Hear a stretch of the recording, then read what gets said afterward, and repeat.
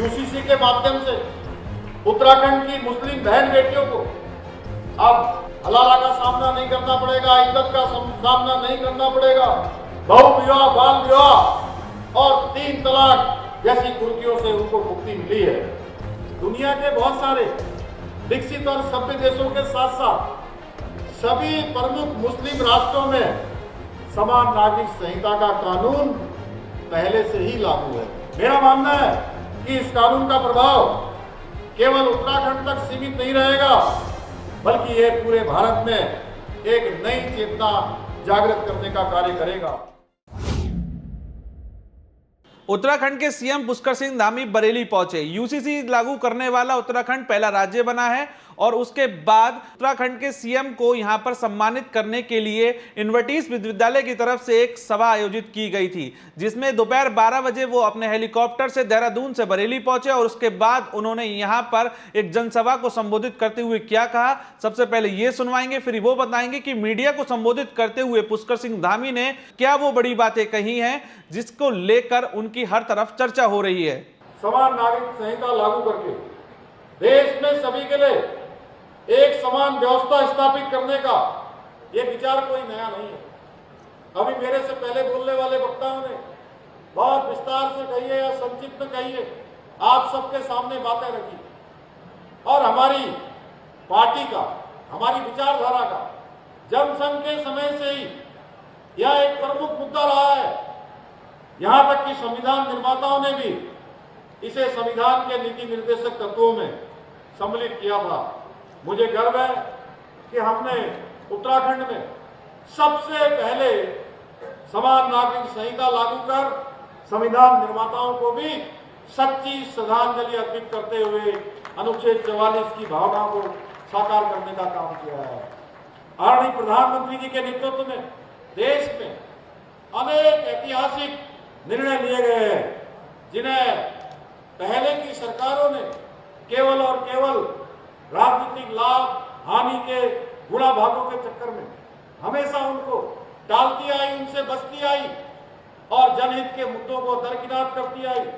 चाहे वो कश्मीर से धारा 370 का अंत करना हो, 3 तलाक जैसा, जिसके बारे में अभी हमारे मंत्री अरुण जी कह रहे थे, 3 तलाक जैसी कुप्रथा को समाप्त करना हो, नागरिक संशोधन कानून अर्थात सीए का कानून लागू करना हो, या हम सब के आराध्य देव भगवान श्री रामचंद्र जी का अयोध्या में भव्य और दिव्य मंदिर का निर्माण करना हो। भाइयों बहनों, ये सभी ऐतिहासिक निर्णय आदरणीय प्रधानमंत्री जी के दृढ़ संकल्प के कारण संभव हो पाए। आदरणीय प्रधानमंत्री जी के कार्यों से प्रेरणा लेते हुए हमने भी उत्तराखंड में समान नागरिक संहिता लागू करने का ऐतिहासिक कदम उठाया। हमने अनुभव किया कि समाज में कुछ समुदाय के लिए अलग अलग व्यक्तिगत कानूनों के कारण भेदभाव, असमानता और अन्याय की स्थिति है, जिसके बारे में कटारिया जी कह रहे थे, समरसता, ममता ये कोसों दूर हो रही थी। समान नागरिक संहिता का उद्देश्य इन्हीं भेदभावों को समाप्त कर राज्य के सभी नागरिकों के लिए एक समान व्यवस्था, एक समान कानून सुनिश्चित करना है। और यूसीसी के लागू होने से न केवल राज्य के सभी नागरिकों को समान अधिकार प्राप्त हुए हैं, बल्कि प्रदेश में महिला सशक्तिकरण के एक नए युग की भी शुरुआत हुई है।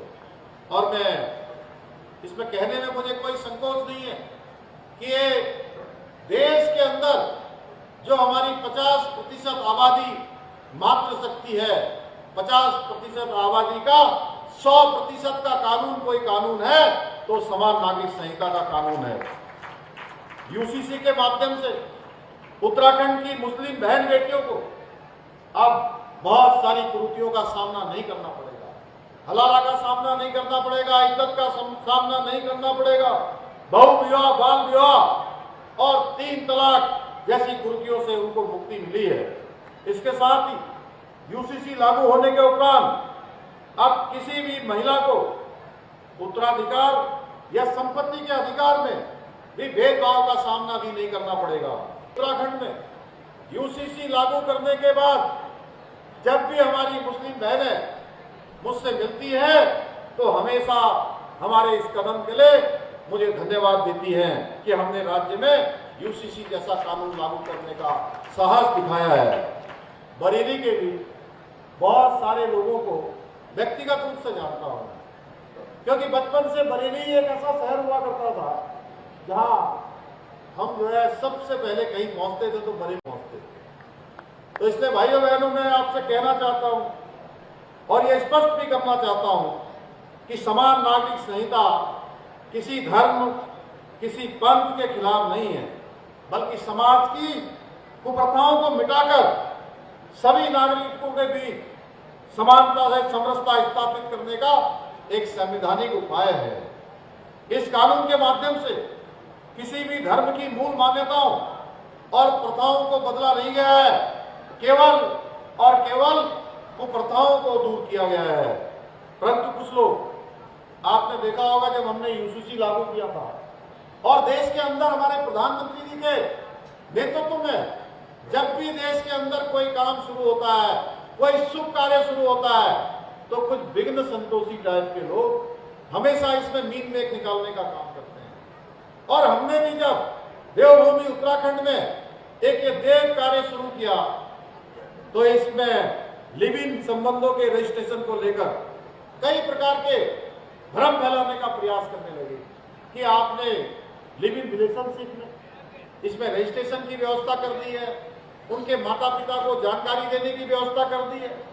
भाइयों बहनों, मैं ये कहना चाहता हूं कि इसके पीछे हमारा एक ही मंतव्य है कि हमारी बहन बेटियों की सुरक्षा सुनिश्चित करना। उन माता पिता को देखिए, आप जिनके बेटे या बेटियां लिव इन रिलेशनशिप में रहते हैं लेकिन माता पिता को पता नहीं होता है कि हमारे बेटे और बेटियां कहाँ रह रहे हैं, प्रशासन को भी कोई जानकारी नहीं होती है और उसके कारण से बहुत बार उनमें साथ में रहते रहते कई बार अच्छे संबंध होते हैं और धीरे धीरे वो संबंध खराब हो जाते हैं। संबंध खराब होने के कारण से आपस में हिंसा होती है, हत्याएं होती हैं, कोर्ट कचहरी मुकदमाबाजी, इस प्रकार की चीजें बहुत सारे प्रकरणों में आई हैं।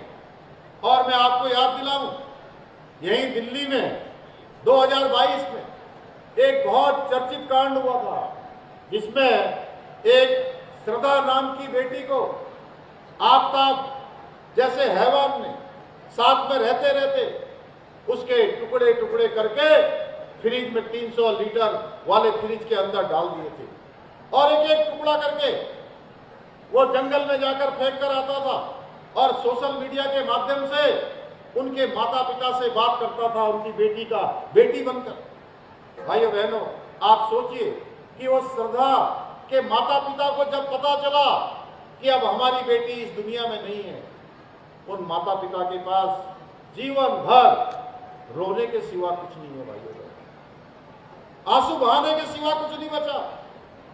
हम चाहते थे कि हमारे मन में ये भावना थी कि अब कोई भी हैवान, आफताब जैसा कोई हैवान अब श्रद्धा बेटी की इस प्रकार से हैवानियत से हत्या न कर पाए। इसलिए हमने ये व्यवस्था करी। भाइयों बहनों, दुनिया के बहुत सारे विकसित और सभ्य देशों के साथ साथ सभी प्रमुख मुस्लिम राष्ट्रों में समान नागरिक संहिता का कानून पहले से ही लागू है। मेरा मानना है कि इस कानून का प्रभाव केवल उत्तराखंड तक सीमित नहीं रहेगा, बल्कि यह पूरे भारत में एक नई चेतना जागृत करने का कार्य करेगा। देश की आज़ादी के बाद से लगातार देश की प्रतीक्षा थी कि ये कानून लागू हो, इसकी कहीं से शुरुआत हो। आदरणीय प्रधानमंत्री श्री नरेंद्र मोदी जी के मार्गदर्शन में, उनके नेतृत्व में देवभूमि उत्तराखंड से इसकी शुरुआत हो गई है। और मैंने कहा कि जैसे देवभूमि उत्तराखंड से माँ गंगा निकलकर आज पूरे देश को जल और जीवन देने का काम करती है, उसी प्रकार समान नागरिक संहिता की गंगोत्री भी आने वाले समय में सभी को किसी न किसी रूप में लाभ देगी। समरसता, समानता स्थापित करने की दिशा में महत्वपूर्ण कदम होगा, जिसकी शुरुआत देवभूमि में हो चुकी है। 27 जनवरी 2025 से इस वर्ष से हमने देवभूमि में इसको लागू कर दिया है, इसकी शुरुआत हो गई है। अखिलेश यादव लगातार विरोध कर रहे हैं, कह रहे हैं प्रदेश में यूसीसी लागू नहीं किया जाएगा। देखिए, जिन लोगों ने तुष्टीकरण की राजनीति की है, वोट बैंक की राजनीति की है, वो इसीलिए इतने वर्षों तक एक लंबा कालखंड बीत गया। ये देश की आज़ादी के बाद लागू होना चाहिए। बाबा साहब अम्बेडकर जब और उनके साथ संविधान सभा के लोग संविधान बना रहे थे, तो उस संविधान में भी उसका प्रावधान किया गया है। अनुच्छेद 44 में इसका प्रावधान किया गया है। अभी आपने देखा होगा कि प्रोफेसर हरबंस दीक्षित जी जब बोल रहे थे, तो उन्होंने माननीय उच्चतम न्यायालय का भी जिक्र उसमें किया। उच्चतम न्यायालय ने भी सायरा बानू का केस हो, एक केशव भारती केस हो, ऐसे अनेक केस हैं। मैं केवल एक दो की बात कर रहा हूँ। सभी में राज्यों को विभिन्न निर्णयों के समय में इस प्रकार के निर्देश दिए गए हैं कि समान नागरिक संहिता लागू होनी चाहिए। जो विरोध कर रहे हैं, कार्रवाई होनी चाहिए। हैं? जो विरोध करते हैं यूसीसी का, उसका कार्रवाई होनी चाहिए। नहीं, अब देखिए, जनता ही आगे बढ़ गई है और जनता आज आदरणीय प्रधानमंत्री मोदी जी के नेतृत्व में नए नए कानूनों को चाहती है, नए नए नवाचार चाहती है। जो लंबे समय से रुकी हुई प्रक्रिया हैं, उनको बदलना चाहती है और उस दिशा में ठोस काम हो रहा है। चाहे आज अखिलेश जी के समय में, उनकी पार्टी के समय में, उनके पूज्य पिताजी के समय में भगवान राम का अयोध्या में मंदिर नहीं बन पाया, कार सेवकों पर लाठियाँ चलाई गई, धारा 370 कश्मीर में नहीं हटाई गई, 3 तलाक का कानून हट गया, नागरिक संशोधन कानून आ गया और देवभूमि उत्तराखंड में समान नागरिक संहिता की शुरुआत हो गई। धन्यवाद।